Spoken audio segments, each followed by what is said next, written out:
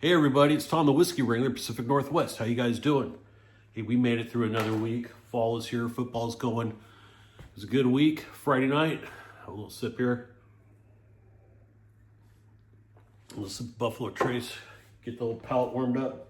So I was at Costco this week, picked up Knob Creek 9-year, 100 proof.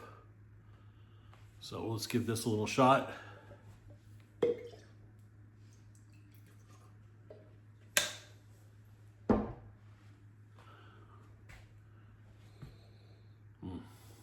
Smells good.